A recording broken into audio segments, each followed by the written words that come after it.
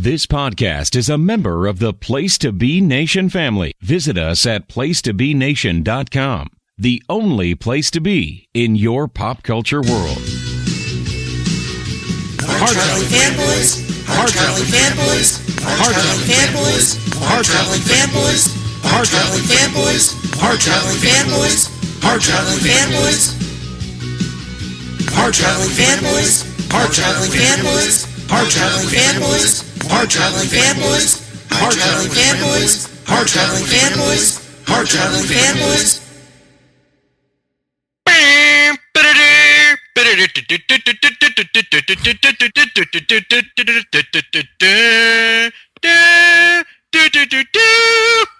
Nick, pick up the rest of it. I'm not doing that. I'm just not going to do it.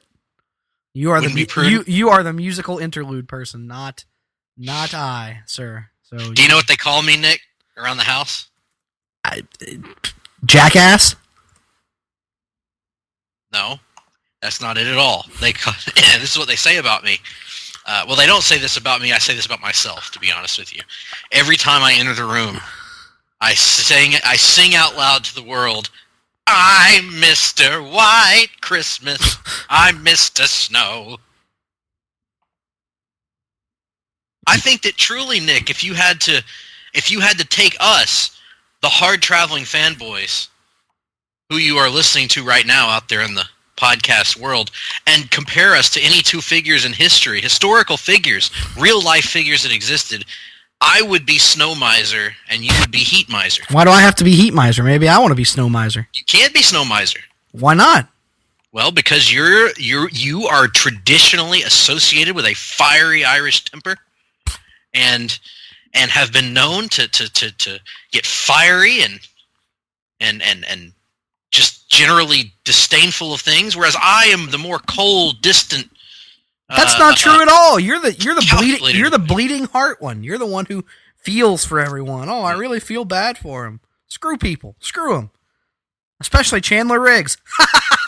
Well, what better way to get you all in the holiday spirit, right?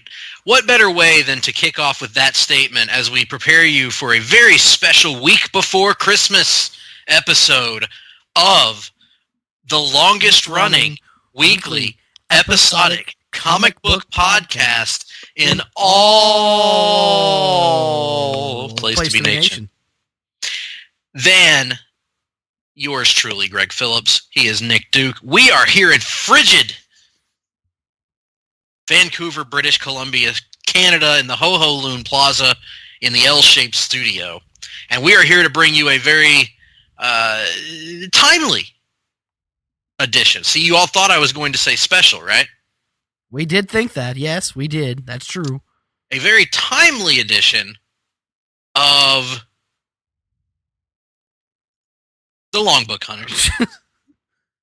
Sorry, I'm getting some surprising computerized messages here in the L-shaped studio at my workstation that involve automatic downloads of security updates. So I thought you were saying there were other problems, other messages coming through, and that'd be unrelated. Quite heelish of people to send you messages during the show, quite frankly. Indeed so. And what one might say is that we are doing the Longbook Hunters on a Star Wars book. That's right. We are timing it up perfectly. The number one movie in the country, nay, the world right now, nay, dare I say the galaxy. Ah, yes. Is Star Wars Episode 8, The Last Jedi. Mm-hmm. And it is sweeping the country, the world, the galaxy, the universe, even the ionosphere, brother. And we figured what better time to take a look at Marvel's relaunch of the Star Wars comic book line after Disney purchased the Star Wars property several years ago.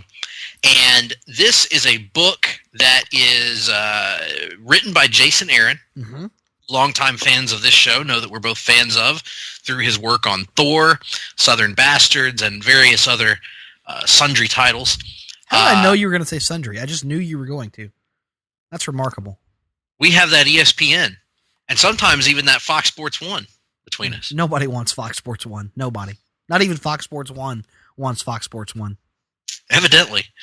But nevertheless, we are taking a look at this Jason Aaron story, and on art was John Cassaday, who I believe is probably most well known for causing my voice to crack for a moment, and also for his work with Joss Whedon on Astonishing X-Men back in the day, and also some prominent Captain America stories. Am I correct in that? I believe so, but I'm certainly not up on my Captain America chronology, so you may be asking the wrong person. Let's just stick with Astonishing X-Men. Yeah, let's do that. And say that he's famous for his run on that, and he's the artist on this book, and we are reviewing book 1, Skywalker Strikes. Is that the name of it, Nick? It is indeed. So, I guess we should explain what this series represents. So for years, the Star Wars books were being published under, what was it, Dark Horse? Yeah, Dark Horse had the rights. Before that, I believe it was IDW. They had bounced and before around. that, it was Marvel, all the way back in the 70s. All the way back in the 70s, after the release of the first movie. Marvel actually had the license, and they were the first stories told outside the established film canon. You could almost look at them as the first, the opening salvos in what would eventually become known as the Star Wars expanded universe. And a universe that has been wiped away after Disney's purchase of Lucasfilm. But, Star Wars comics have long historical ties to Marvel. And once Disney acquired Lucasfilm and brought it under the same company as Marvel, you knew it was only a matter of time before they decided to start publishing Star Wars comics again. To their credit, they let Dark Horse finish out the books that they had already had in production. At the time, a title simply titled Star Wars, written by Brian K. Wood, and also an adaptation of George Lucas's original Star Wars script entitled The Star Wars, which, if you're not up on your Star Wars script versions, drastically different than what we wound up getting. So, yeah, like you said, it was just a matter of time before they decided to start publishing the books themselves. And once they did, back in 2000, I believe it was 15, they got off the ground running with this one, and also a Darth Vader ongoing, which we reviewed the first volume of, I believe, last year. December. To coincide with the release of Rogue One. So, just decided to sync up a little bit here with another Star Wars theatrical release, but taking a look at another Marvel-published Star Wars comic. Absolutely. And in this case, Jason Aaron is taking over a title that is taking place in a time frame between episodes 4 and 5. So between A New Hope, the original Star Wars movie, and the second in production Star Wars movie, which was episode 5, The Empire Strikes Back. So in between those two movies is when this is taking place. And help me out with the timeline here, Nick. Is this closer to the end of New Hope or closer to the beginning of Empire? Much closer to the end of New Hope. Pretty much the implication is that this is one of the first few missions that the Rebels take on after the events of A New Hope, because I think we're over 40 issues deep now in the Star Wars in this run, and we have not yet reached the point of Empire Strikes Back. So clearly we were much closer to New Hope than we were to Empire. Indeed.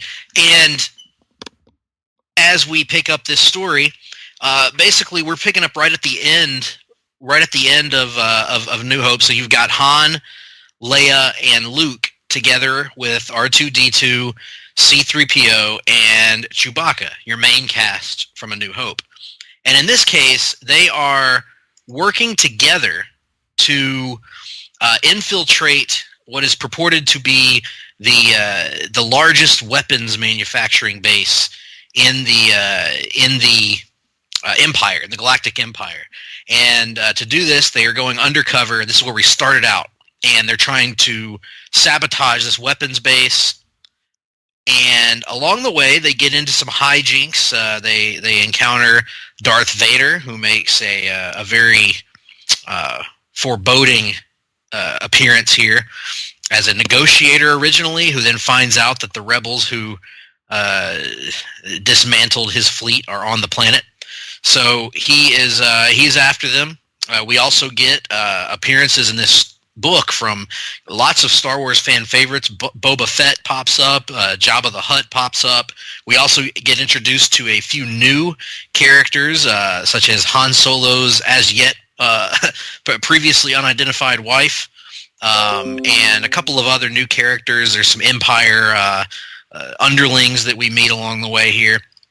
But really, by and large, this is kind of drawing on your nostalgia, right, Nick? This is seeing the old team back together, going on an adventure together, and still getting to know each other, still getting to trust each other, as they all have their own motivations for what they're trying to do. As Leia is attempting to win the war for the rebels, maybe a little bit too zealously, Han is attempting pretty clearly to win the affections of Leia, even though he's not being obvious about it. That seems to be his primary motivation.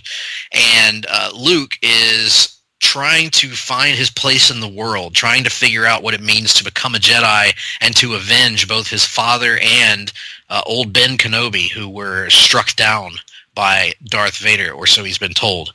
So a lot going on here, but picking up all the threads from the original Star Wars movie. And right off the bat, we're thrown into a nostalgic whirlwind here. Yeah, totally. I mean, like you said, it definitely plays off the nostalgia because it's kind of taking you back to some of those, not just the characters, but as you mentioned, the character dynamics from early in the franchise. You still kind of got a Luke Skywalker that is a little bit unsure of himself and a little bit of a farm boy. He has not, gained a whole lot of wisdom in his short time. He was able to pull off the unthinkable by destroying the Death Star, but he's still kind of naive in many ways, and still kind of thinks that just charging headfirst into situations is gonna wind up being the best thing for him at various times. Then, of course, like you said, you've got Leia, who has an almost single-minded focus on helping the rebellion overthrow the Empire.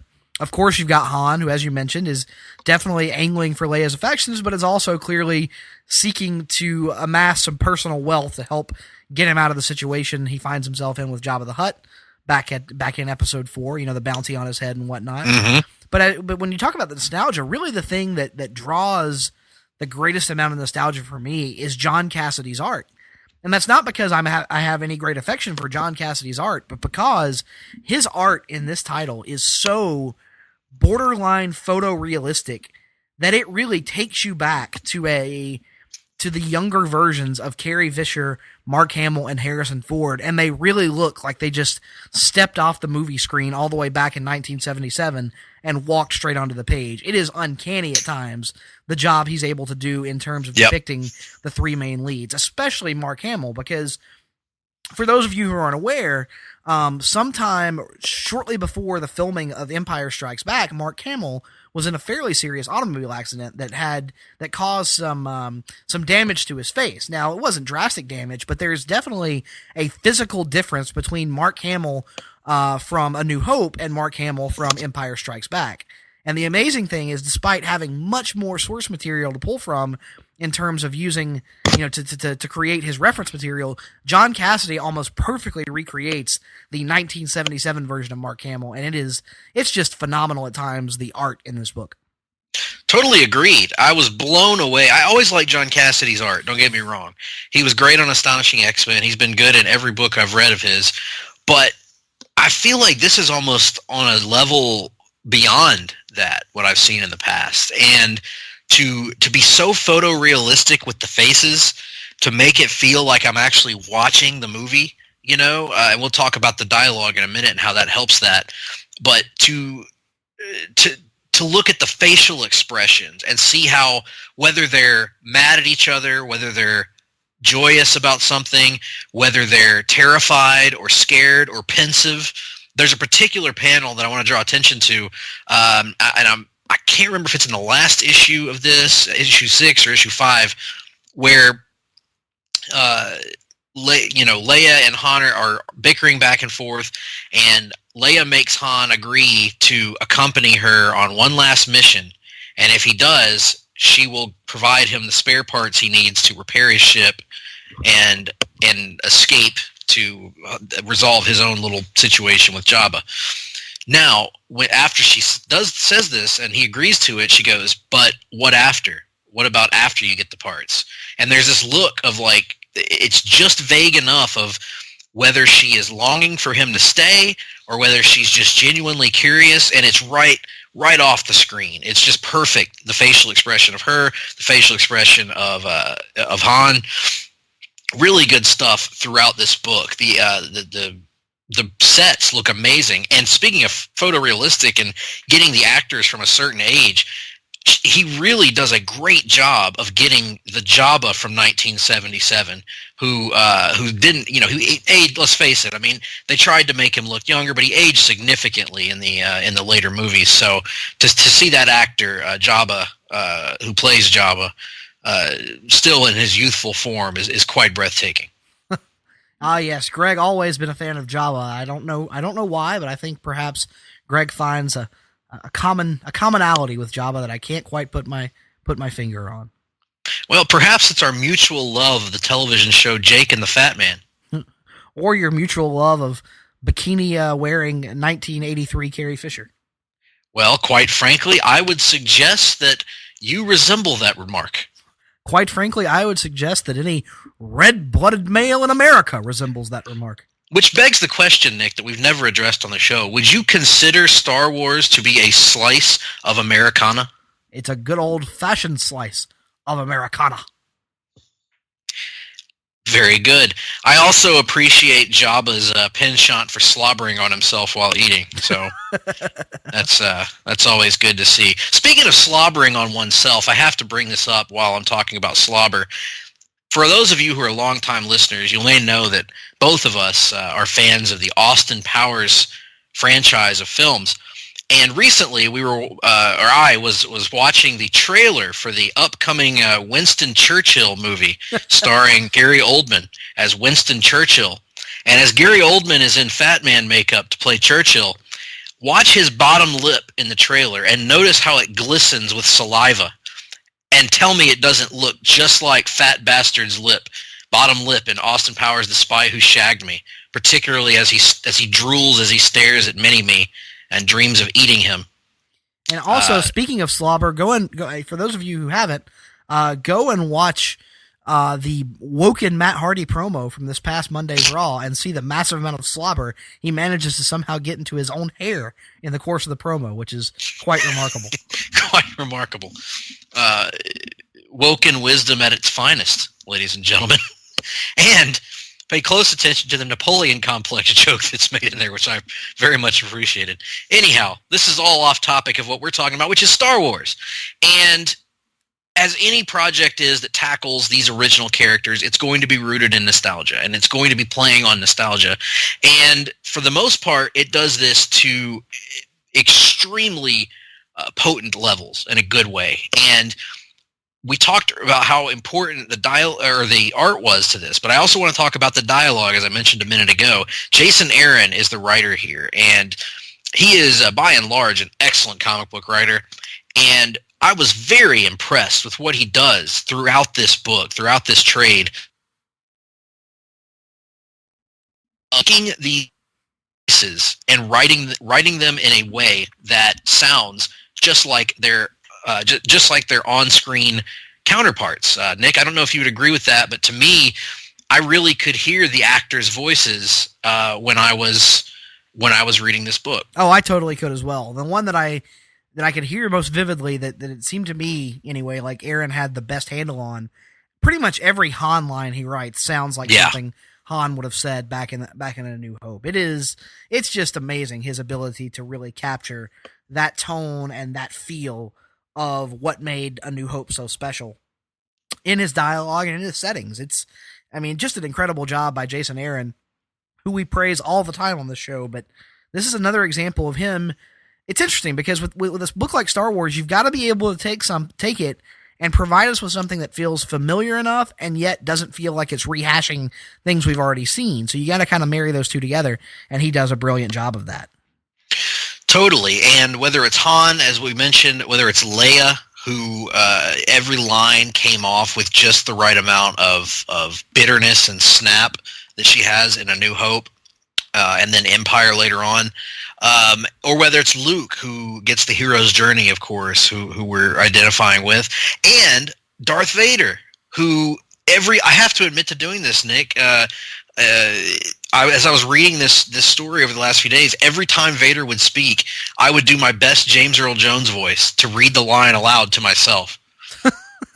I couldn't help it. I just couldn't help it, and I didn't add any breathing effects, but I did do the voice, and so it was so much fun, and everything felt in character. Everything felt in line. Every line he delivers feels like a Vader line. And sometimes in the comics that I've read of Star Wars over the years, there has been a tendency to rewrite Vader lines with Anakin in mind versus Vader. And to me, I feel like his speaking pattern and the way he talks gets much different once he becomes Vader. And I really appreciate how Aaron embraces that and kind of leans into the menace of Darth Vader. Absolutely. Could not agree more. And Vader here has numerous standout scenes, whether it's, conversations he's having with people and the way he just intimidates everyone he comes into contact with, or whether it's his action scenes, or whether it's a key scene I think we'll get to eventually at the end of this volume that I just absolutely loved. Oh yeah, absolutely. That's probably the best scene in the entire volume, and that's saying a lot because there's a lot of great scenes to be had here. There's so many standout moments for Vader. Boba Fett, who's a character both of us have kind of laughingly dismissed over the years, actually gets some really cool moments here, where he is sent on a secret mission by Darth Vader to uncover information about the rebel pilot that blew up the Death Star, who we know to be Luke. So Boba Fett goes to Tatooine and is basically torturing people to try to get information about who this farm boy was that blew up the Death Star. So he's got some really cool moments in here. More cool moments in this book than he gets in any of the movies, by the way. Yeah, because in the movies, I mean, that's one thing about the Star Wars fandom is over the years, as I discussed on the recent Star Wars The Last Jedi Place to Be Nation Pop special edition review that was produced by myself, Todd Weber, Tim Capel, Jennifer Smith, and Russell Sellers, available right now on placetobenation.com and on the Place to Be Nation Pop podcast feed. The only place to be in your pop culture world. Yeah, whatever. You know all the things. You're a better shill than I. You do it for a living, after all.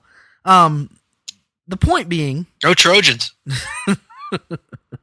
The point being, Boba Fett, as I kind of state about other characters in that podcast, Boba Fett is a character that the fandom just kind of created this massive movement around when really his on-screen time doesn't warrant it, honestly. Like, Boba Fett went on to play a major role in the expanded universe because fans became so intrigued by him just based on his look and the few lines he had in Empire and Return. And so here is an example of Aaron knowing that there are some massive Boba Fett fans out there, and giving the character a little bit more of an expanded role. Were Star Wars fans as intrigued by Boba Fett as Vince McMahon was by the Sandman? Nobody has ever been as intrigued by anything as Vince McMahon was by the Sandman. Interesting. I guess the modern Boba Fett would be Captain Phasma, right? The kind of really well-designed character that looks cool but doesn't really have much to it.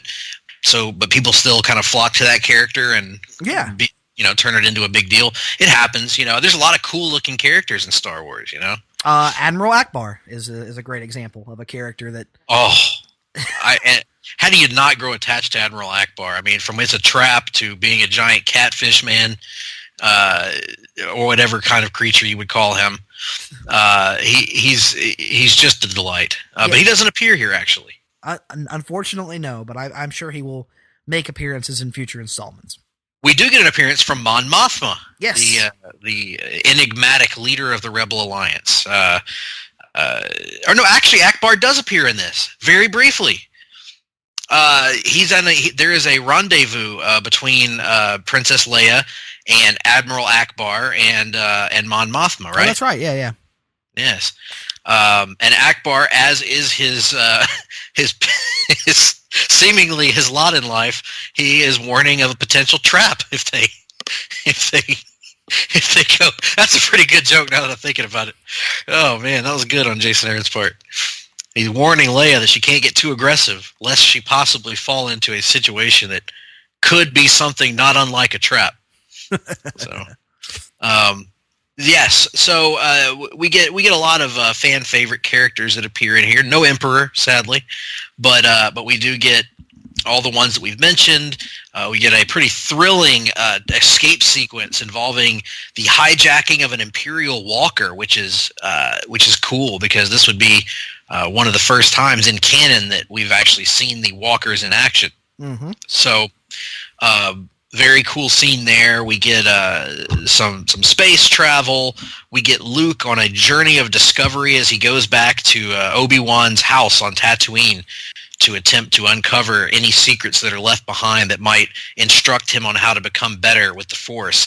Importantly, and this is actually, I don't know how we've gone this far without mentioning this book has the first canonical one-on-one encounter between Darth Vader and Luke Skywalker, face-to-face. Yes. Vader doesn't know who Luke is yet. He just knows that he's a boy that's involved with the Rebel Alliance. They have a very brief one-sided duel that Vader just demolishes him in. And the implication is made that with a snap of his fingers, Vader could end him at any moment. And it's a pretty important moment in the Star Wars canon if you take it as being canonical, and put it into the context of the other movies. Because if you're watching the movies, Empire is the first time we see them go face to face, so to speak. Mm-hmm. And that also goes very badly for Luke. Indeed, it does. He takes his hand. Vader has to take his hand off to him, of course. But and then of course, Vader went back home and flew his pigeons. Indeed he did. But yeah, so you're right. There is that aspect of it, and I know you questioned, you asked me off air if that sat wrong with me, and honestly, it didn't, because this is technically canon. The idea now is that everything that is published by Marvel or by Lucasfilm, now that it's under the Disney auspices, will be canon. Like, everything will be one story. There will be no contradictions. But, honestly, at a certain level, that only works, for a certain audience, because only a certain portion of your audience is going to pick up a Marvel comic book. Only a certain portion of your audience is going to read the standalone novels that fill in the gaps and stuff. Only, most of your audience is only going to experience Star Wars through the television and film properties. And so I kind of view it as, you can take it either way, because it doesn't necessarily impact Empire Strikes Back in my mind. He flew out of the Sarlacc pit. Yes, we also get a Sarlacc. What a great moment, a reference to the Sarlacc, and some really cool allusions here, by the way, that Jason Aaron makes, some parallels to the prequels that tie in the prequels in a way that we haven't really seen in the films since the Disney takeover, where in fact you see the a scene where Vader is on Tatooine to negotiate with Jabba the Hutt, and as Jabba and Vader are sitting there watching this duel, Jabba is explaining to Vader everything he knows about this boy that took down the Death Star. And he says apparently he was just a farmer here from Tatooine who came from those sand pits below. Who would have thought anyone of note would be born on Tatooine? And there's like this panel shift where it shows Vader like contemplating as he stares down below. Very cool allusions there. And there cool is parallel because it almost mirrors the opening scene of Return of the Jedi as well. Yep. Exactly. And there's a great moment that I think you were talking about. One of probably the biggest reveal in this one, shocking reveal, is this is how we finally see how Vader learns that Luke is his son. I think that's never really been explained in canon, and so I think for people that just watch the movies, the implication is that Vader must have somehow just figured it out based on the Force or something in between A New Hope and Empire. But here we find out how he discovers this, and I don't want to reveal exactly how it's done for people that want to read this book, but it is really. It leads to the best scene in the entire book, and it's in the very last chapter, and very few words are uttered in this scene, Nick. It's one of the least reliant on actual dialogue scenes in the entire book, and yet it's my favorite scene in the entire book. And what's really cool about it is if you're reading both this title and the Darth Vader solo title that was being published around the same time, it's one of the few scenes that appears in both titles because it's so important to both the overall narrative and Darth Vader as a character that you kind of have to have it in both places. So we actually got to talk about the scene a little bit last year when we did our review of Darth Vader Volume 1. But yeah, it's a very important scene where Boba Fett reports back to Darth Vader and basically tells him he was unable to apprehend the pilot who blew up the Death Star, but he did get a name. And when he tells him the name, that's when Vader realizes who Luke is, and he winds up using the Force to, to borderline shatter the window of a Star Destroyer, stopping just short of sucking himself out into space, which would mean certain death, right? You would think, yes, that being sucked into the vacuum of space would have, would certainly spell doom for Vader, which would have been self-defeating, I would think. You would think that, yeah. Undone. Once again, Anakin would be undone by his fiery Irish temper. What is up with you and fiery Irish tempers today? I've been watching a lot of old 1890s boxing. James the Gentleman Masher Corcoran. Exactly. He was undefeated until integration. It's amazing. Oh, God. Then he never won again. But it's a sketch, folks. Look it up on the internet. It's great. But that would require NBC putting their clips up for free. Anyway, Vader gets his big reveal there. It's awesome. And I was going to say, another thing about that scene is as you're watching it, if it makes you feel better, if you're a big fan of the prequels, you can insert your own "no" if you feel the need. I didn't, but you can if you'd like to. If George Lucas had been the editor on this book, he totally would have, by the way. Need to have in red letters, starting with all caps, and then the O's will get smaller and smaller as they trail off panel. And then when we start the next chapter of this series, we're going to pick the O's up as they travel. By the way, Greg, you mentioned earlier you weren't really sure how Vader found out that Luke was his son. The Emperor actually tells him on screen via hologram in Empire Strikes Back. Oh, that's right, yeah. But I think I can't remember how that scene plays out, Nick. I always felt like there was like some sort of feeling that he already knew, maybe. I don't know. Certainly that now. Certainly that now, yeah. But maybe that's retroactive application of knowledge.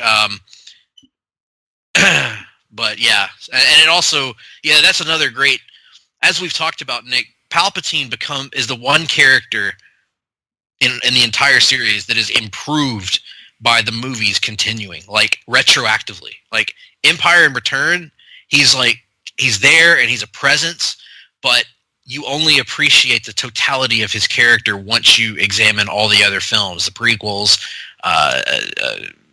even the extended universe as well, but the prequels and the comics that have come out and stuff like that, they really add up to this, the Clone Wars show. They add up to this tapestry of deceit that runs strong in our boy Palpatine, who I know we're both quite fond of as a character.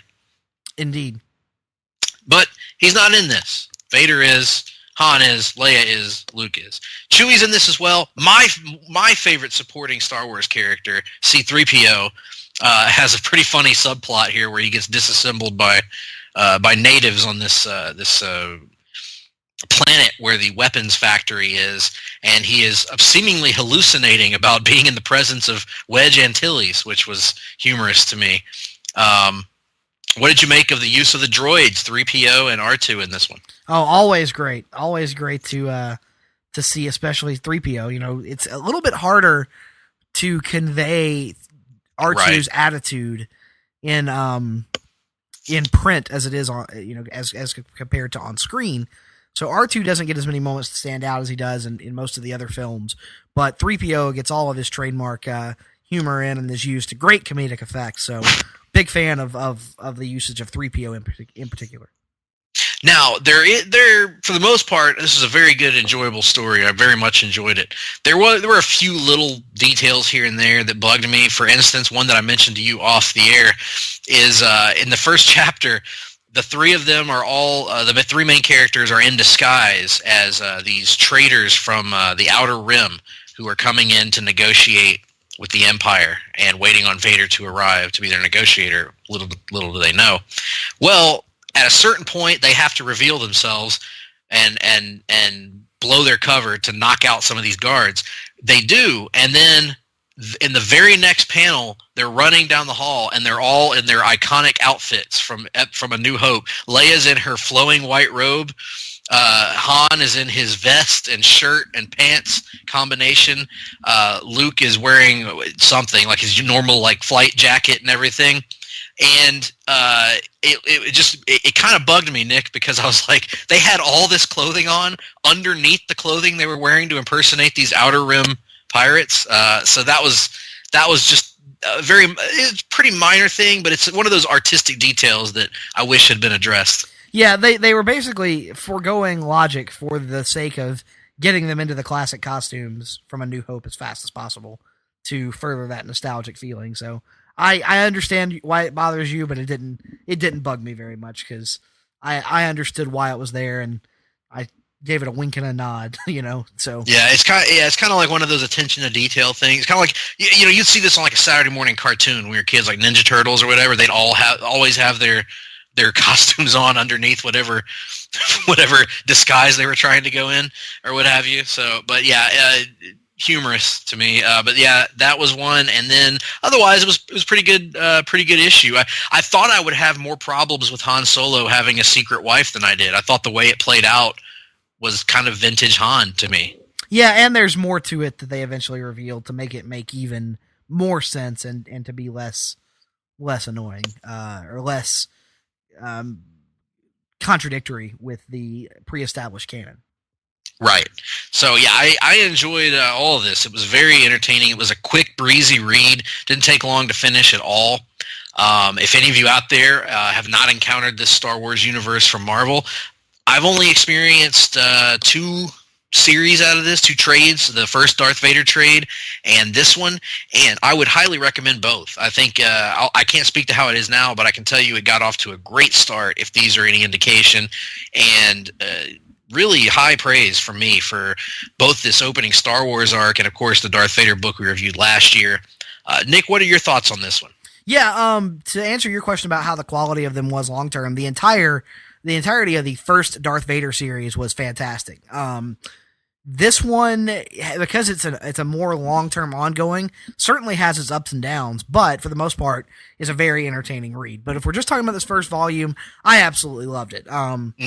Jason Aaron's dialogue, John Cassaday's art, all kind of combined together to make, just a beautiful, loving, nostalgic, ball of fun set back in the timeline of the original trilogy. So hard for anybody, even the most casual of Star Wars fans, I think, to not find something to enjoy here. Totally. Well, with that being said, we're kind of on a little bit tighter time frame this week because of the holidays coming up. So we're going to call it right here. We don't have much else to add. Very good book. Let us know what your thoughts are on Marvel's Star Wars. Do you like the direction they're going in? Do you like this series itself? What are your thoughts on these characters going forward? And maybe tell us some. This is a fun question to throw out to the listening audience. What are some creative teams you'd like to see tackle a Star Wars book? Or give me a fantasy Star Wars book you'd like to see by Marvel and ongoing. Nick, I know this is right. Very putting you on the spot, but what would be a Star Wars ongoing comic series you'd be interested in, or even a limited series and a creative team that you'd be interested in doing it? That's a tough one. But how about we keep just the main Star Wars title? Let's flash it forward to being in between Empire Strikes Back and Return of the Jedi. And if we're gonna go fantasy creative teams, let's shoot for the stars and go Ethan Van Sciver and Jeff Johns doing a Star Wars title. Oh. Well, if Warner Brothers keeps treating him the way that they are at the moment, then, well, stranger things have happened, my friend. That would be awesome. I guess I'll throw one out, too. And I'm going to try to go for the people that are at Marvel right now, which is, or maybe they could return to the fold in the near future. Let me get a Jeff Lemire and Andrea Sorrentino, and let me put them on a Damn, I put myself on the spot here, and I've lost my mojo. Let's put them on a story about. I know they've done this book before, and they've had a series about it before. May still have it ongoing for all I know, but let's put them on an Obi-Wan series. See how that goes. Interestingly enough, there has not been an Obi-Wan standalone series. There has been an Obi-Wan and Anakin 5-issue miniseries that takes place between Phantom Menace and Attack of the Clones, but nothing with Obi-Wan standalone. Well, there you go. Do that. In fact, and I'll even give you a time frame. Put it between episodes 2 and 3 and give us the story we never actually got in the movies of Anakin and Obi-Wan becoming friends and actually getting along and having fun together. Mm-hmm. So that's my fantasy pitch. Well, give us a fantasy pitch, folks, and give it some thought. Let us know through Twitter. I am at gphillips8652. He is at Nick Duke 87. Email GregP@placetobenation.com, Nick D @placetobenation.com. Place to Be Nation Comics on Facebook. Join our Facebook page. We will let you in as long as you're not a spam bot. And let us know your thoughts on these topics. We'll address more later on in the show. We're going to go ahead and take a break. When we come back, we're going to have the rundown for you. I don't know if we'll have reading and watching. I actually have a little bit of reading, so. All right, well, we'll have a little bit of reading from Nick, and stay with us. We'll be right back. Consideration paid for by the following. Hey, pro wrestling announcer Kevin Kelly here. I want to make sure you are all subscribed to all the great feeds here at Place to Be Nation. It's really easy to do. Just head to iTunes or your preferred podcatcher app today and search and subscribe to the Place to Be Nation wrestling feed, which of course includes the full archives of the Kevin Kelly Show, the Place to Be Nation pod feed, and the Pro Wrestling Only feed. Subscribe, listen, and then rate us and leave feedback today. And be sure to give Justin your true thoughts. I mean, don't hold back. After all, he is kind of a jerk. Just listen to Scott.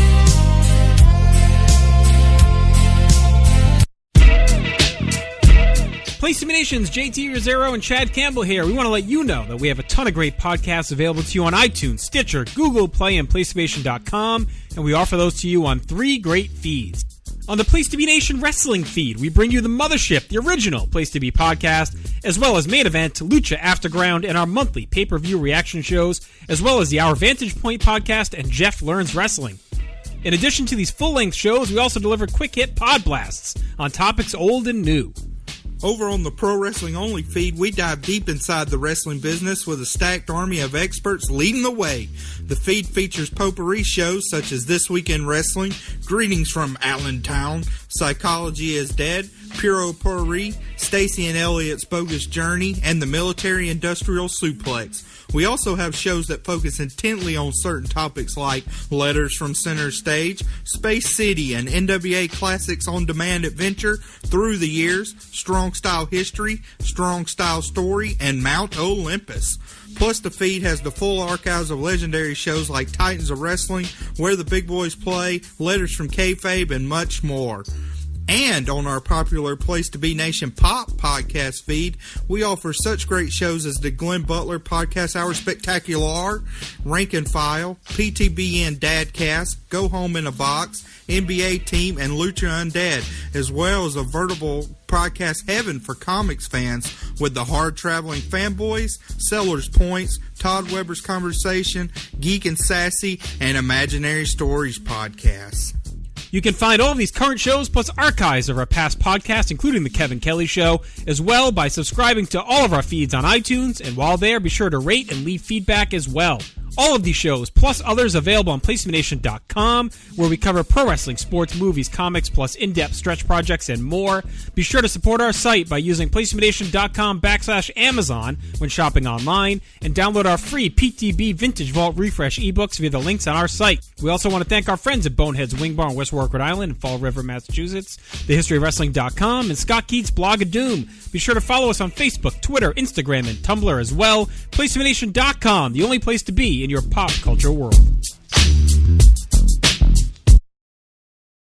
Okay, Polly, you ready to play a little bit of music? No. Now, wait, this is the Nick Winters Show, and I do the entertaining, thank you. Let's go out with something really hot for these folks. A big hit out of 77. Star Wars, nothing but Star Wars. Give me the Star Wars, don't let them end. Star Wars, if they should bar wars, please let these Star Wars stay. And hey, how about that nutty Star Wars bar? Can you forget all the creatures in there? And hey, Darth Vader in that black and evil mask, did he scare you as much as he scared me? Star Wars, those near and far wars, my seventh winner up here, Star Wars! Welcome back to the Hard-Traveling Fanboys, the Longbook Hunters.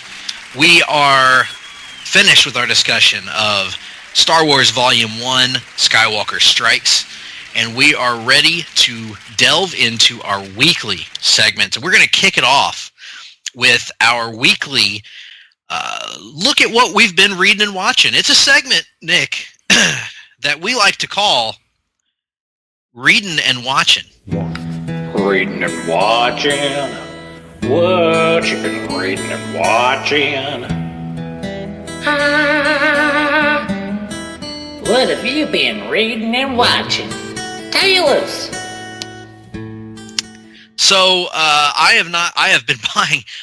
Folks, don't ever get behind on your pull list, no matter how minuscule it may appear to be, because if you do, you may walk into your friendly local comic book shop and walk out having spent $157.25, which is what I did recently. Just last week, as I left my job, I decided to be a good sport and catch up on all the books that I haven't bought, and instantly regretted it, and instantly made changes to my pull list to accommodate for such an occasion.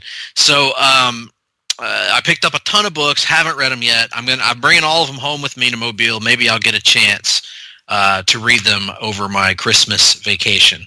So, Nick, what have you been reading? So I actually have 4 books. So for the first time in a long time, we're going to go top 3, bottom 1. It's been a while. Start with my bottom book, Green Arrow Annual #1. Not that I didn't enjoy this one. It's just that there's another book on my list that I'm going to talk about here in a minute that was very similar.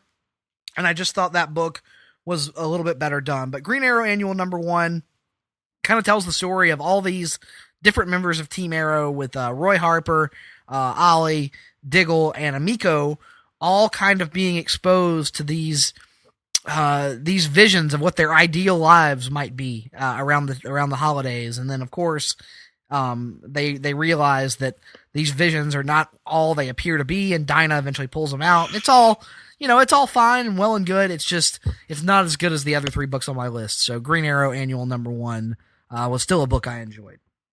At number 3, I've got Aquaman Annual #1. I don't know who this was written or drawn by, quite frankly. Somebody with the last name of Johnson wrote it, and somebody with the last name of Fiumara drew it. And to be honest, the art I didn't love. It kind of had a weird, surrealistic quality to it about it. Like the faces were all kind of weirdly shapen and stuff. At times it looked a little bit like a Tim Burton movie, with the way the faces were, and just odd to me. But yeah, sorry, I got distracted here for a minute. But yeah, so it's a book that is kind of like the Aquaman version of For the Man Who Has Everything, that classic Superman story involving the Black Mercy and a vision of what Superman's life on Krypton might have been like. And here we see Arthur, an older version of Arthur and Mira, who have essentially accomplished all their goals. Atlantis is now a fully recognized member of the international community. They have a new city, the city of Crownspire, that exists both above the surface and below.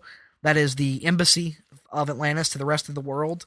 And they have a young son named Tom, named after Arthur's father.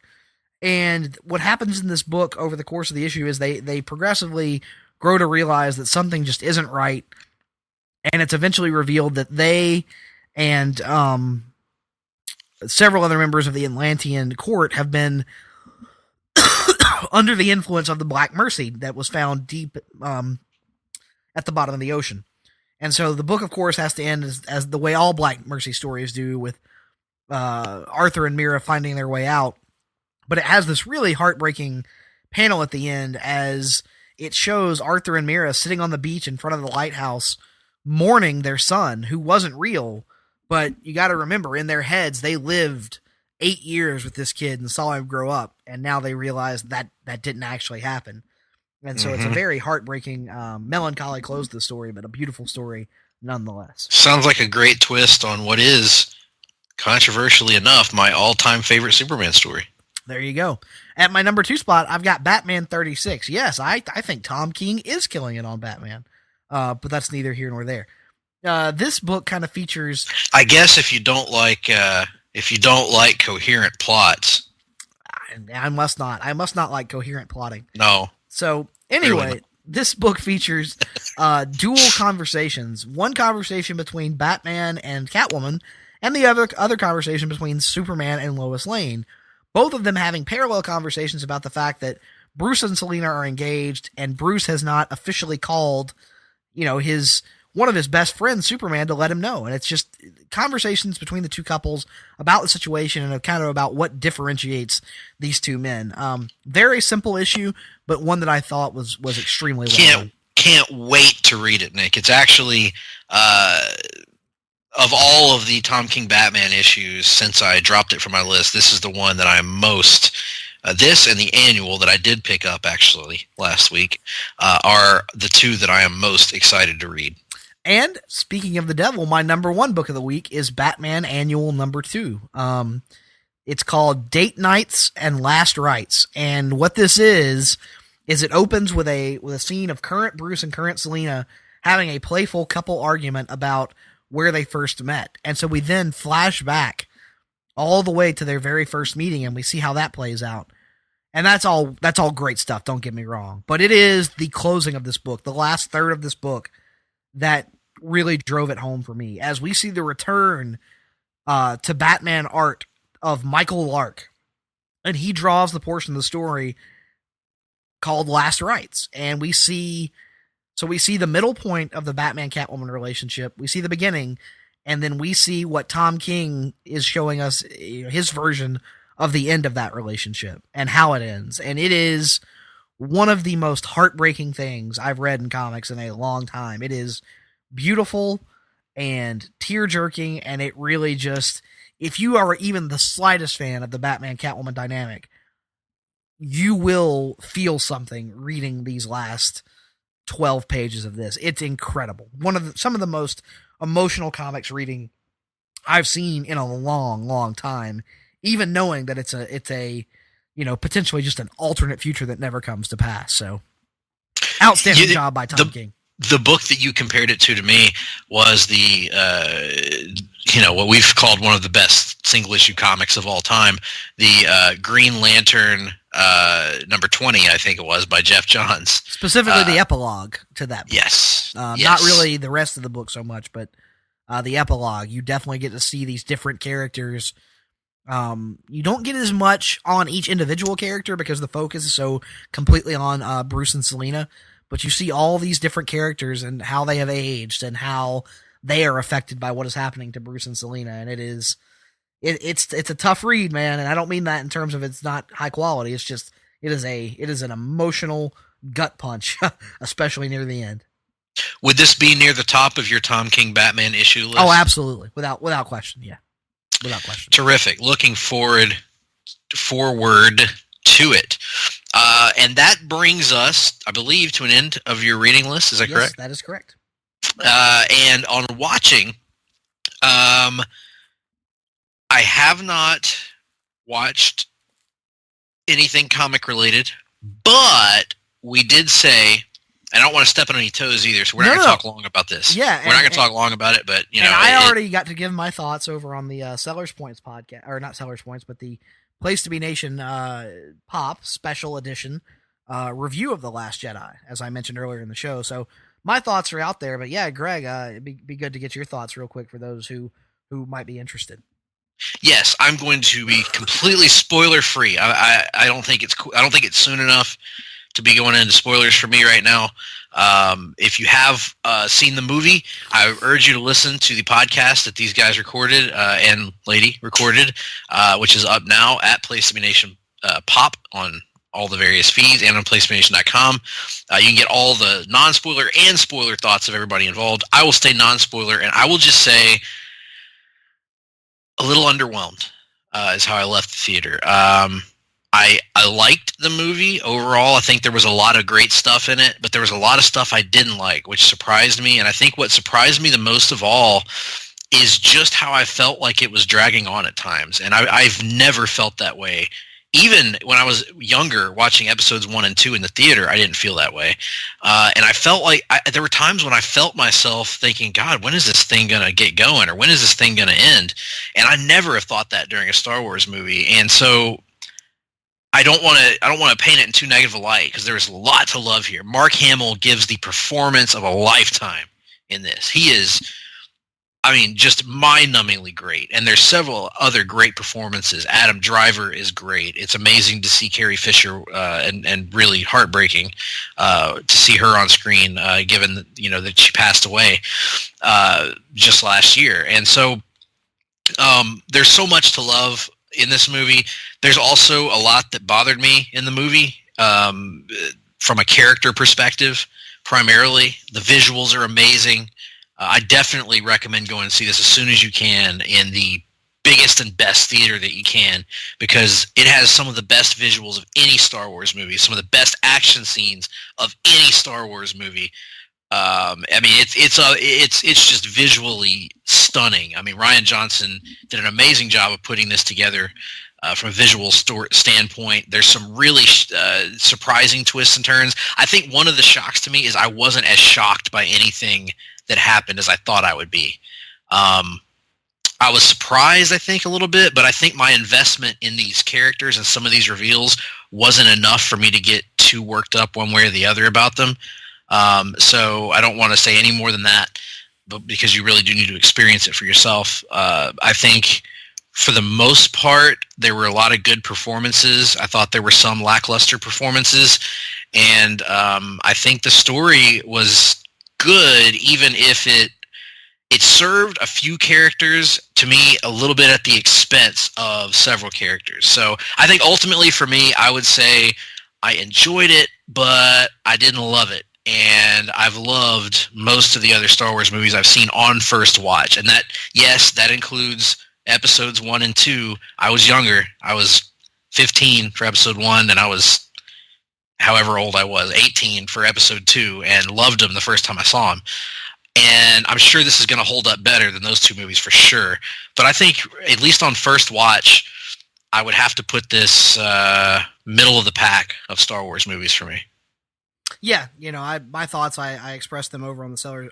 Again, I did the Sellers Points thing again on that podcast. But I'll say in brief, I enjoyed the movie more than Greg did. Pretty much all the major twists I was down with, because I think I was a little bit more invested in some of the new characters that were established in Force Awakens than Greg was. But there were definitely things in the movie that did not work for me. Vastly more things that I loved than there were things that I disliked. So the movie still rates overwhelmingly positively for me. The problem is I am just a Star Wars junkie. I love most things that Star Wars has put out, most things. So with the glaringly obvious exceptions of episodes 1 and 2, this kind of falls for me, like Greg said, into that middle pack where I have Return of the Jedi and Empire as a clear step above, and I have Attack of the Clones and Phantom Menace as a clear step below. And this, I don't really know where it falls into, but it falls into that pantheon with Revenge of the Sith, New Hope, Force Awakens, and Force Awakens for me. So kind of a little bit of muddy water there in terms of separating those four. But it's in there. It's a movie I like a whole hell of a lot. And it's a movie, like you said, I think will stand the test of time better than some other entries in the franchise will, particularly the prequels. Yeah, so I think at some point we'll probably, maybe when we come back from the holidays, we can revisit and talk a little bit more in depth. But again, for now, if you want spoiler talk, go to that podcast that Nick referenced. For now, go out and watch the movie and judge for yourself. Don't take the word of others. Go and watch and see how it makes you feel, and get back to us, and we'll all talk about it at a later time. And with that being said, that wraps up reading and watching.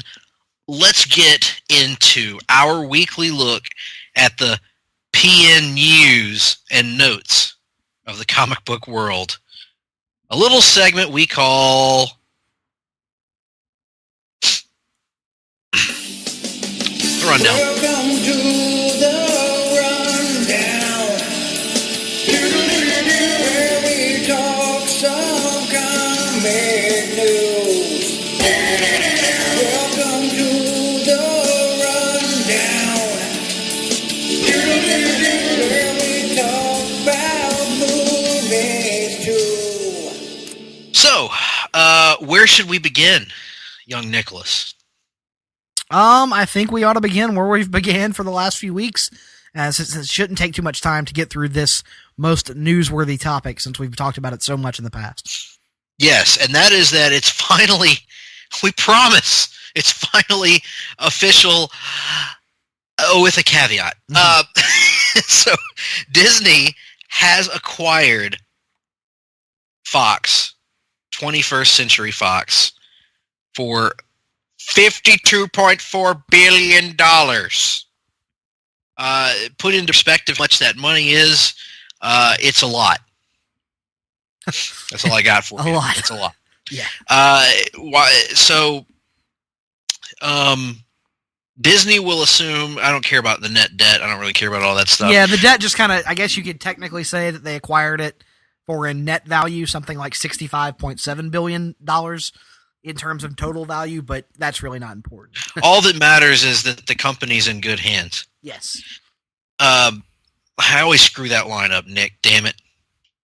The important thing is that our company's future is secure. Thank you.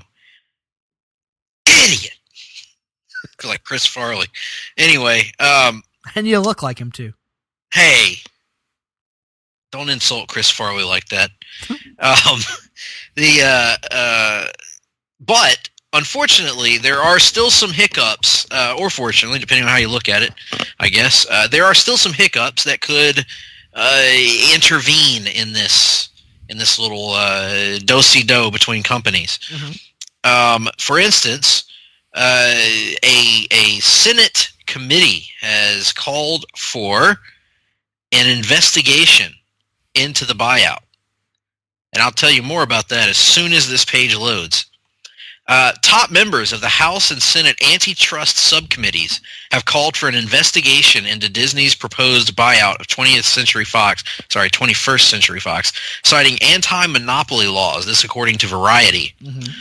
I would assume that they've covered their bases here, but I think it's at the very least worth investigating. I don't think anybody should be upset that this investigation is going on. I think it's a good thing.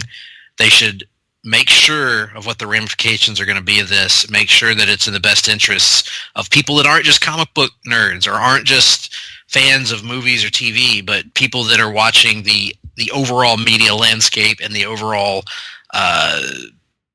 business landscape, what this could represent. So to me, go through your due diligence. I don't think there's any reason to get in a hurry about this. And on our end, as fans or for people that are, I'm kind of in the middle on it, but for people that are very excited about this, it's probably still going to happen, but if it's determined to be an antitrust violation, then it shouldn't happen.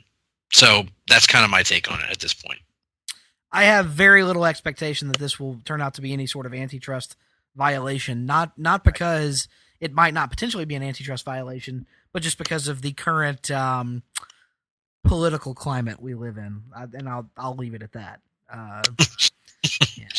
I don't see this being overturned personally, but stranger things have happened. But I know one of the creative concerns that you had leveled about the deal the entire time was that, creativity might be stifled a little bit, and certain films that Fox had been doing might not happen at Disney. And I think there was a report that came out this week that should have set some of those concerns of yours to bed a little bit, right?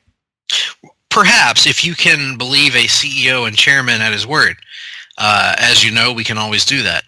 CEO Chairman Bob Iger of Disney had this to say related to R-rated Marvel films, particularly Deadpool sequels.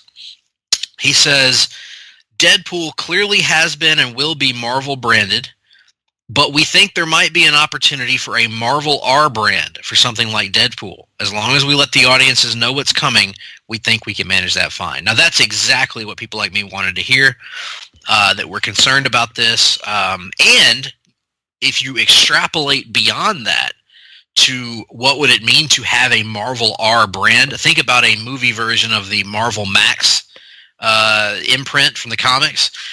This could potentially open the way for characters like Moon Knight, characters like Ghost Rider, characters that might benefit from a harder-edged approach to the movies than from what we get from the Marvel Cinematic Universe. And hey, I'm all about that. I think that if that's truly the approach they're going to take, which I think time will tell on whether that's actually going to be a thing. I'm not really sure what as long as the audience knows what's coming. I think they kind of already do. I mean, that's what the ratings are there for. Yeah,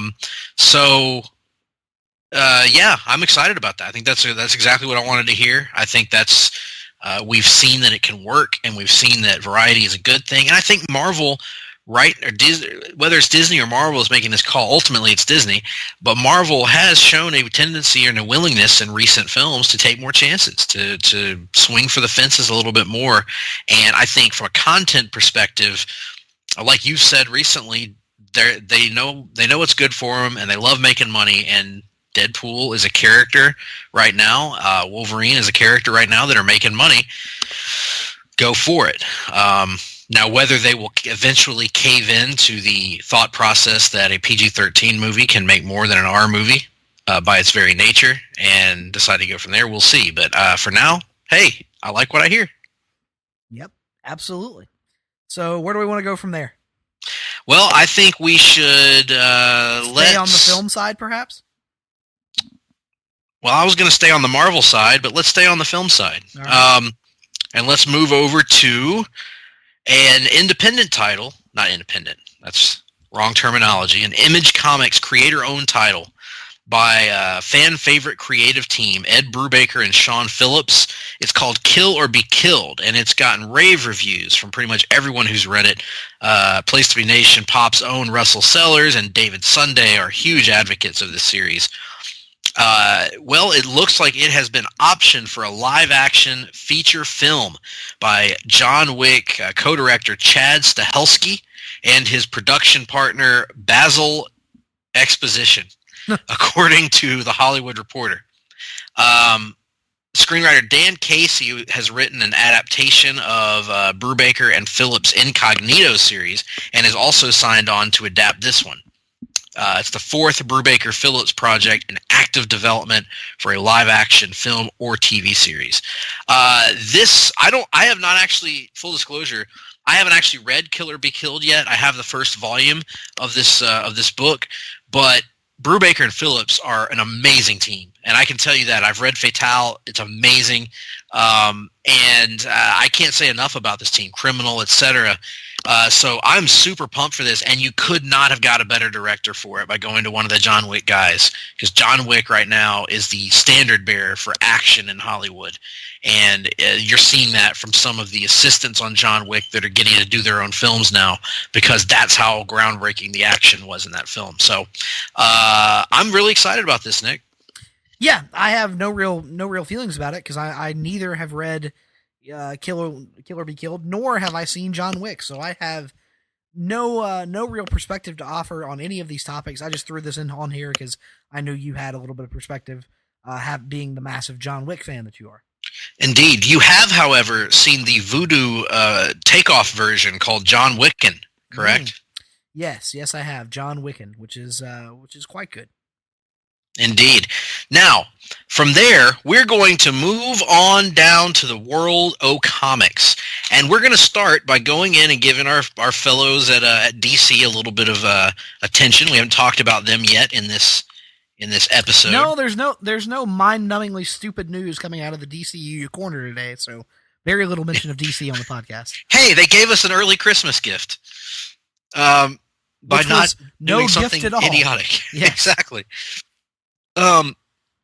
Well, this news is kind of interesting.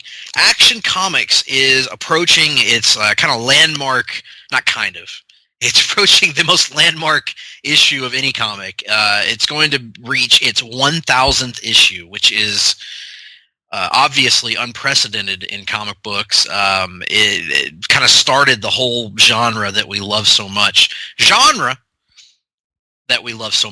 And it is approaching issue number 1,000, and which was originally supposed to be out in March. Well, that has now been delayed to April 18th, which will be the 80th anniversary to the day in which Superman debuted in Action Comics number 1 back on April 18th, 1938. Action is releasing alongside a companion hardcover book. It goes over the history of the title and the characters, edited by the great Paul Levitz. No details, no solicitations yet of the actual issue. But Nick, this is kind of cool, man. What are the odds they'd be able to get it on that exact date? Yeah, I'm kind of surprised they didn't plan this from the get-go to just have it then. You know, originally it was solicited for a March release, but if they knew April 18th, the 80th anniversary, was going to be a possibility, I'm a little surprised they just didn't do that from the jump. But glad they thought better of it. Too cool. You know, 1 month delay is no big deal. And especially, they'll probably need the extra time. Because I'm imagining for issue 1,000, this is probably going to wind up being a 80 or 90 pager, wouldn't you think? Yeah, it's going to be enormous, no doubt. And will probably involve a lot of A-list creative teams. Probably so. And there's no problem with that. Absolutely. But one of the things you find in these news stories is a lot of things are just a matter of perspective. One man's trash is another man's treasure.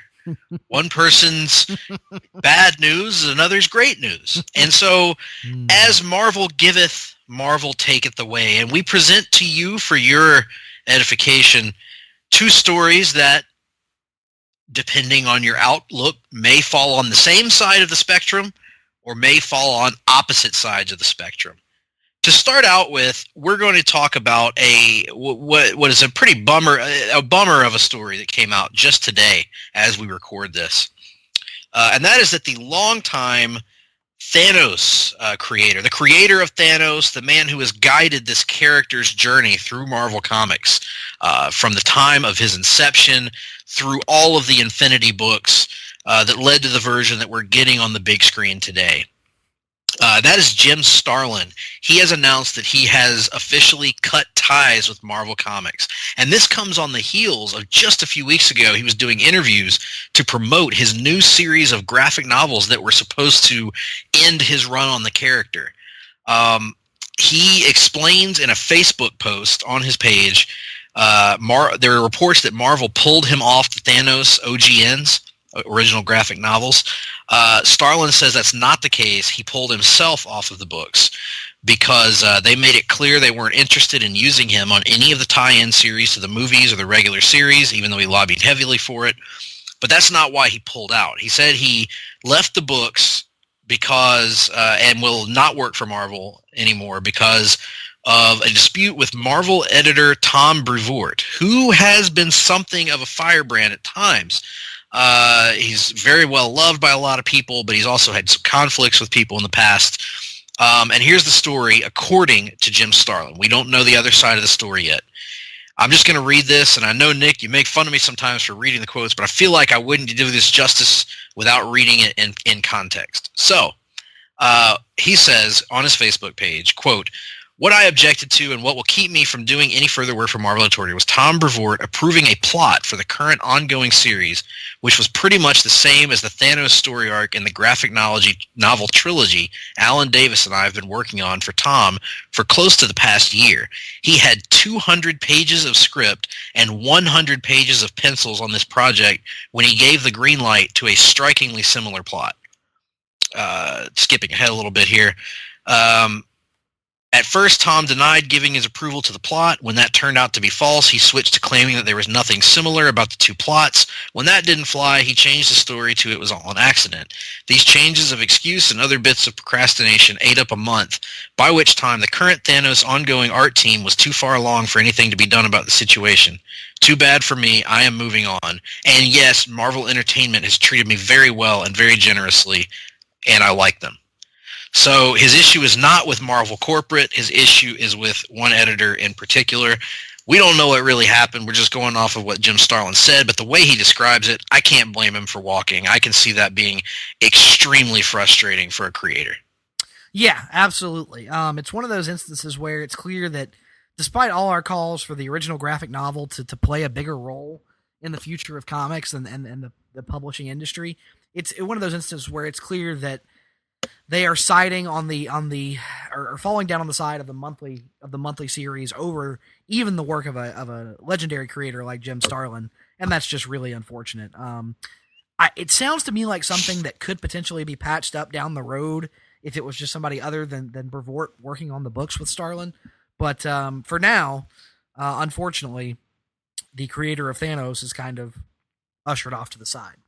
Yeah, it's hard to blame him, and you also have to feel bad for Alan Davis, or was it Alan Davis or Alan Grant? Let me double check Alan that. Davis.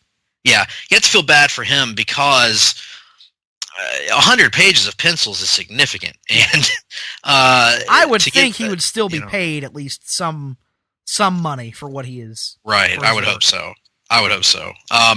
But as we mentioned earlier, as Marvel taketh away, it also giveth, and ladies and gentlemen, Nick Duke's multimedia role continues as 2017 comes to an end. Whether it was the death of his most hated character from The Walking Dead, whether it was the Georgia Bulldogs winning the SEC championship and a berth in the college football playoff, what else is there, Nick? Things have just been rolling for you lately in terms of multimedia. They really have. New Star Wars movie in theaters. Hard to beat right now. Been a pretty good month of December. Fair, decent, not too shabby. Well, it just keeps getting better. Because, for Nick Duke anyway, right now, Marvel Comics is teasing Dan Slott's last Amazing Spider-Man story. In March, Dan Slott will kick off what looks to be his last Amazing Spider-Man story, titled Go Down Swinging. It's the issue solicitation says Dan Slott has saved his most harrowing Spider-Man story for last. So we don't know if this is actually going to be the end of his run, Nick, but if it is, how will you look back on it? And most importantly, how do you react to this news? Well, I look back on it as a steaming pile of shit for the most part. And I react to this news by saying, don't let the door hit you in the ass on the way out. Go take your Twitter trolling ass over to some other character and ruin him for a decade. What if he goes and does Batman? What if he does, Greg? Then I'll just read other Batman books. I'll enjoy my Tom King and James Tynion Batman and not be subjected to Dan Slott hijacking the entire character for a prolonged period of time the way he did with Spider-Man. I think we really, we've seen Batman as a rich billionaire who broods at night. I think we need to see what would happen to Bruce Wayne if he lost his fortune, but gained a child's laughter. The greatest gift of all. Or if he became the Joker, or if he became Mr. Freeze. Ooh! What would happen if the Joker inhabited the body of Batman? Would it change the Joker fundamentally to his core? One has to think so. No, Dan Slott, it's just... Listen, long run, I know some people like it. Not for me. Not for me in the least, and I'm glad that perhaps there will finally be a core Spider-Man title that I can actually read. I've been away from the book for, since Brand New Day would have been in what, like 07? So I've been away from the title almost 10 years now, and it's a title that I don't really, I don't relish not reading it. Like, I want to be up on what's going on with Peter Parker, and it's just been story direction after story direction that I can't get on board with, and I'm hopeful that they'll at least have a creative team I can find some hope in, so that I can come back and at least check it out, because I've been clamoring for this for a long time, and it looks like it's finally going to happen. Although, if his storyline doesn't kick off until March, he probably won't be off the book until fall of next year. So, long time for that to be in the works.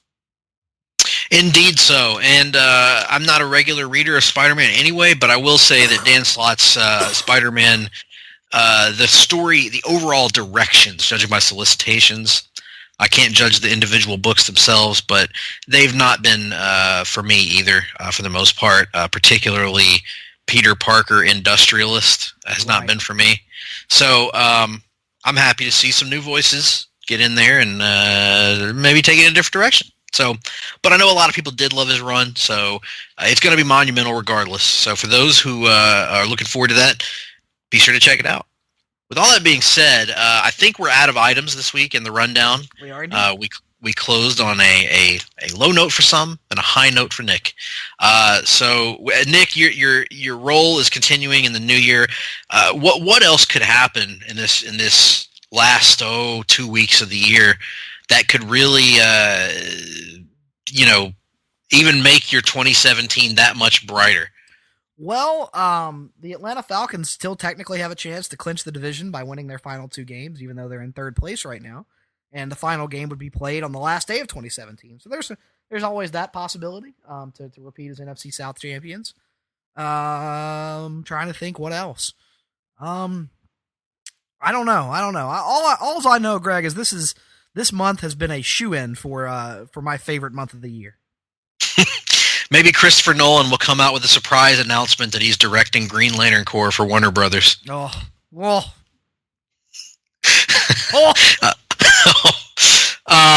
Yes. Oh, and I should I'm sure that everyone's been waiting with bated breath to hear what's going on in the fantasy football world of the Hard-Traveling Fanboys. And our seasons have come to a disappointing conclusion. We, despite being 2 of the 4 highest scoring teams in our league, both of us are on the outside of the playoffs looking in and are forced to play in a consolation round. But I think I speak for everyone in the league when I say that our impending head-to-head matchup next weekend to determine 5th place in the league is actually the championship. Yeah, and you got a little lucky when the Packers went ahead and shut Aaron Rodgers down for the season. You got a break that went your way, but that's okay. My team is positioned well for the future, regardless of this weekend's outcome. Absolutely. I had a little bit of a shakier time with my opponent this week than I expected, but I'm confident going into the finale. I think we're going to have a good game, and hey, you know what I say, Nick? May the 5th best team win. Indeed. So, with that being said, ladies and gentlemen, we hope you have a very Merry Christmas, a very Happy New Year, a Happy Hanukkah, everything else under the sun, whatever holidays you celebrate this year. We hope they're wondrous. And we have a special Christmas gift for you guys next week. Indeed we do, as we have a very special edition of Countdown, taking a look back at 2017 as Greg Phillips, myself, Russell Sellers, Jennifer Smith, and Andrew Chandler Fraser Garner all count down our top 5 comic book movies of 2017 in a rare in-person roundtable. So we'll be bringing that to you next week. And the one thing that I think we can all say is, let's pray that it is a filtered edition of what happened that day. Now, Greg, let's not. We shan't tell tales out of Skewel, which you are on the verge of doing a little bit, but no, nothing like that. We hope you all enjoy it. We hope you have a wonderful holiday break. We, along with our good buddy Tim Capel, recently watched Ernest Saves Christmas, which we shall not be reviewing for this show, but I would urge all of you to go out and watch it and maybe find out a little bit about the true nature of the human capacity for love and joy as embodied by Ernest P. Worrell.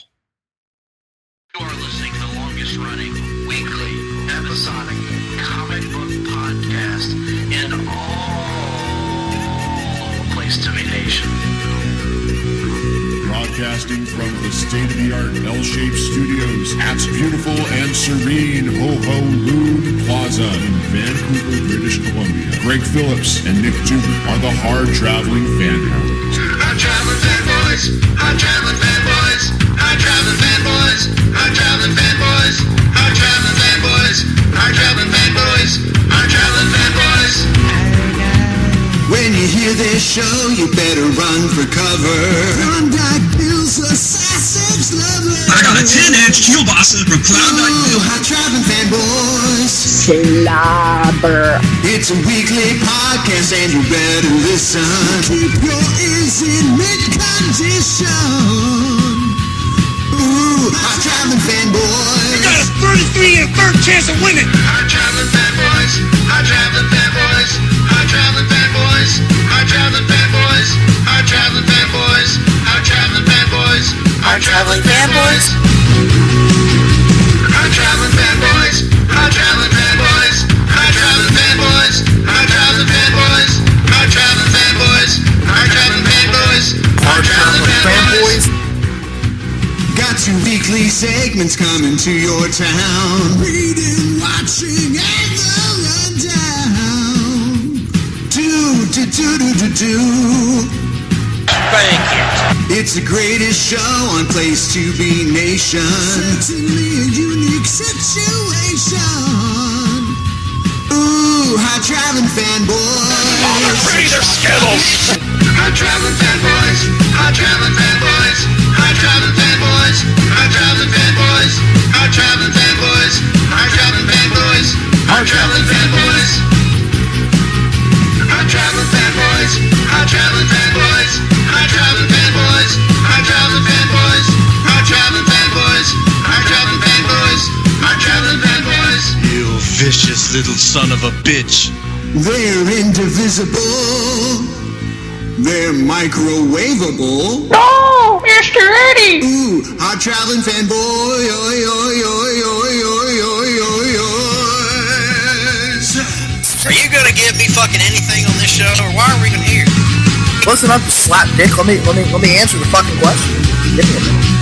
Well, Klondike Bill told me that if he ever came across a woman who was extremely clean and well kept, he would tell her to put on a pair of sweatpants and a sweatshirt, go take a 2-mile jog, and then come back and see him when she was done. I believe it was quite sudden, and thank you.